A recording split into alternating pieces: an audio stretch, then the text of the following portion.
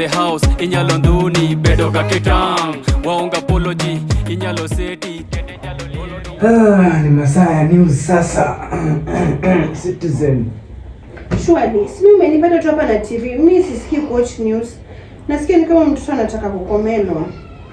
Sasa sisi watu wakubwa hivi tukae chini tena tuangalie kukomelwa. Si watu wakubwa, ni mtoto anataka, si mimi. Unajua ingekuwa ni mimi afadhali. Sawa, nimeacha remote. Ndio ufurahie. Ulikuwa unachezea simu. Sasa mimi nimekuja naangalia TV pia ni kesi. Furahi sasa. Nini tena? Nini? Sasa nataka kama leo hujaoga. Nikienda tu uoge. Sasa hii nimeshaoga mara 3 msichana.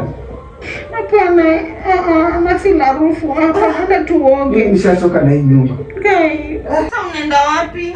Na mamangu tu alimekanya asikusikia. Sasa kama watu wanajua mimi ni mweusi. Sasa kuoga ni kitu cha kulalamika shwari. Kuoga ni kitu cha kulalamika. Kwani wewe ndio mama wa kwanza kubeba mimba hii dunia? Sasa unaniambeje shwari? Unajua kitu gani unaniambia? Hiyo mimba basi mimi ni bebe. Wewe ukae hivyo. Shika basi shika. What a nice idea. Shika. Mtu anajifanya hapa anaweza beba mimba. Uje uchukue uone. Waju.